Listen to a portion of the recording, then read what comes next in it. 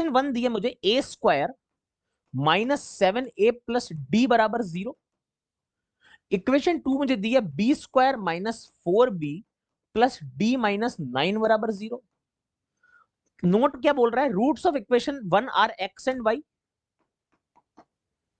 Roots of equation 2 are X and Y minus x.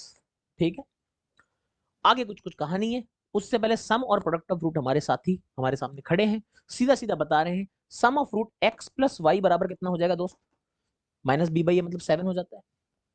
Product of root कितना हो जाएगा, x Y बराबर D हो जाएगा, C by A D by 1। यहां पर सम ऑफ रूट कितना, X plus Y minus X, दिख रहा है X plus Y minus X कितना हो जाएगा, एक्स एक्स कट के वाई हो जाएगा बराबर 4 आ जाएगा। प्रोडक्ट ऑफ रूट कितना, एक मिनट, वाई बराबर 4 आ गया ना, तो एक्स बराबर 3 भी आ सकता है, इसका मतलब डी बराबर 12 भी आ सकता है। बहुत शानदार। अब क्या बोलते हैं भाई साहब, यहां पर तो जरूरत है ही नहीं, सारे रूट आई गए, सब कुछ खत्म ही हो गया क्वेश्चन। ले भाई चलो बढ़िया है।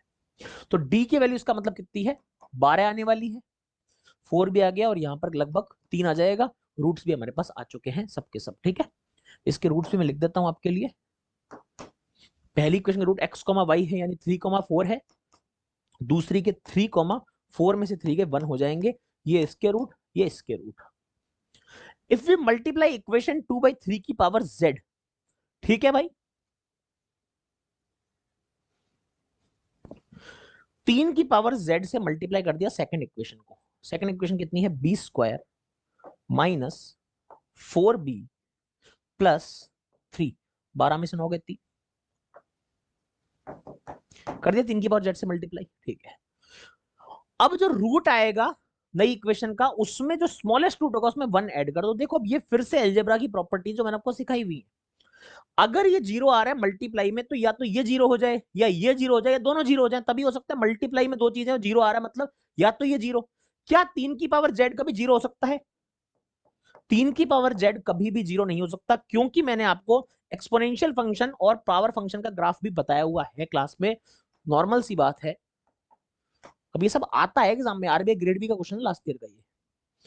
यहां पर अगर आप देखोगे तो ये ऐसा ग्राफ आता है, ठीक है, किसी भी y बराबर a की पावर x, उसका ग्राफ ये आता है। यहां पर 0,1 होता है, जब x 0 रखते हो तो y की वैल्यू 1 हो जाती है, दिख रही है x 0 पे y 1 आ रहा है, फिर बड़ा होता जाता है, बड़ा होता जाता है, a की जो वैल्यू है वो मैं लिख दे रहा हूं, a is greater than equal to 1। ठीक है, ग्रेटर देन 1 लिख दो भले,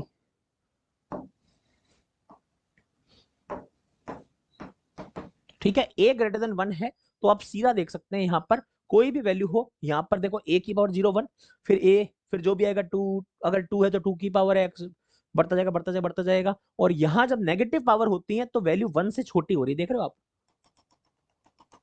ये 1 की लाइन है ना, नेगेटिव पावर में वैल्यू छोटी होती है। जैसे मान लो 2 की पावर आपको डाल दी मैंने, -1 डाल दी, -2 डाल दी, तो क्या होता है 1/2 1/4, एक से छोटी हो गई वैल्यू, ये इस ग्राफ में पता लगता है।